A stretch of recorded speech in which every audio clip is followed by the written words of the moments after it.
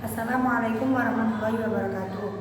Alhamdulillahirabbil alamin wa bihi nasta'inu ala umuri dunya waddin. Wassalatu wassalamu ala asrofil anbiya'i wal mursalin sayyidina wa maulana Muhammadin wa ala alihi wa sahbihi ajmain, amma ba'du.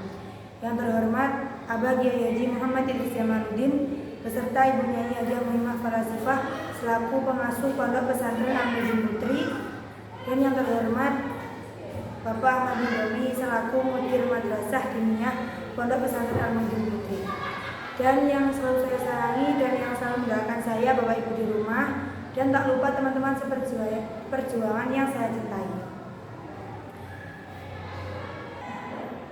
Langsung saja saya di sini akan menjelaskan tentang Pondok Pesantren Darul Ulum Tambak Beras Jombang. Pondok Pesantren Tambak Beras Jombang berdiri pada tahun 1966, yakni bertepatan pada tanggal 6 September. Lokasi Pondok Pesantren Darul Ulum Tambak Beras Jombang bertepatan pada di daerah Dusun Tambak Beras, Desa Tambak Rejo, Kecamatan Jombang, Kabupaten Jombang, Provinsi Jawa Timur, Indonesia. Sejarah Darul Ulum. Pada tahun 1825 datanglah seorang pendekar yang sangat alim, yakni Abdus Salam, yang biasa disebut dengan Mbah Soiha. Beliau mendirikan sebuah pondok, yakni Pondok Selawe atau Pondok Telu. Kenapa dinamakan dengan Pondok Selawe? Karena santrinya berjumlah 25. Dan kenapa dinamakan dengan Pondok Telu? Karena bangunannya berjumlah 3 dan ilmu yang diajarkan yakni syariat, thariqah, dan kanuragan. Setelah Mbah Soihah wafat, pondok ini diteruskan kepada dua menantunya, yakni Kiai Usman dan Kiai Said. Pondok Kiai Usman lebih disebut dengan Pondok Thariqah, sedangkan Kiai Said Pondok Syariat. Setelah kedua beliau ini wafat, Pondok Kiai Usman tidak ada penerusnya dikarenakan beliau tidak punya seorang putra, yang hanya mempunyai dua putri.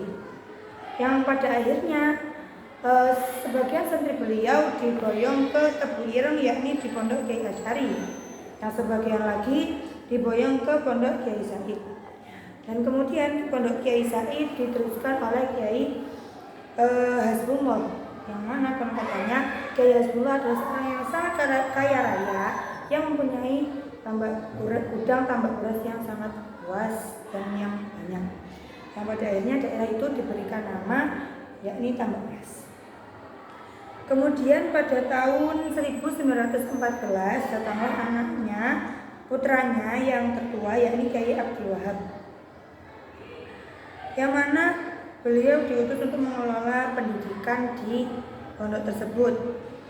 Kemudian pada tahun 1920 Kiai Hasbullah wafat, yang kemudian kepengurusan pondok tersebut dipindah pada putranya, yakni Kiai Abdul Wahab tadi, yang dibantu oleh kedua adiknya, yakni Kiai Haji Abdul Rahim dan Kiai Haji Abdul Hamid.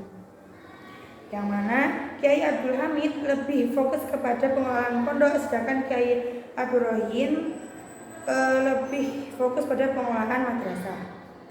Sedangkan Kiai Abdul Wahab sendiri, beliau lebih berkiprah pada kemasyarakatan, yang mana beliau mendirikan sebuah organisasi, yakni Nahdlatul Ulama, pada tahun 1926. Kemudian pada tahun 1942 diutus oleh ibunya, yakni Ibu Latifah, untuk mendirikan pondok putri pertama, yakni Pondok Latifiyah. Yang kemudian pada tahun 1942 Kiai Abdul Rahim dan Kiai Abdul Hamid memanggil keponakannya, yakni Kiai Abdul Fattah, yang untuk mengelola madrasah atau pendidikan. Yang kemudian beliau mendirikan sebuah gedung di sebelah rumahnya yang dinamakan oleh Kiai Abdul Wahab, yakni Madrasah Ibtidaiyah Islamiyah atau MII, yang berubah nama menjadi Madrasah Ibtidaiyah atau MII. Kemudian pada tahun 1944 atau 1945 beliau mendirikan madrasah putri pertama, yang diprakarsai oleh Nyai Wardiyah Hasbiah dan Nyai Mas Huda. Yang kemudian tahun 1951 Kiai Abdul Fattah mendirikan pondok putri, yakni Pondok Al-Fatimiyah. Kemudian juga mendirikan Madrasah Mu'alimin Mu'alimat 4 tahun pada tahun 1956, yang mana pada tahun 1964 berganti nama sebagai Mu'alimin Mu'alimat 6 tahun. Kemudian di sini juga ada sejarah nama Pondok Pesantren Bahrul Ulum, yang mana pada periode pertama bernama Selawe atau Pondok Telu, yang kemudian berganti dengan Pondok Tambak Beras. Lalu pada saat tahun Kiai Haji Abdul Wahab, beliau mengadakan sayembara yang mana untuk mengambil nama, dan ada 4 santrinya yang membawakan nama, yakni salah satunya Ahmad Junaidi, Muhammad Masrur Dimyati, Abdullah Yazid Sulaiman, dan Muhammad Safi Huda. Beliau mereka berempat menyetorkan 4 nama, yakni Bahrul Ulum, Darul Hikmah, dan Mambaul Ulum. Dan akhirnya Kiai Abdul Wahab memilih Bahrul Ulum. Yang kemudian pada logonya beliau meminta untuk menambahkan surat Al-Kahfi ayat 109. Kemudian poin selanjutnya ada struktur organisasi di Pondok Pesantren Bahrul Ulum.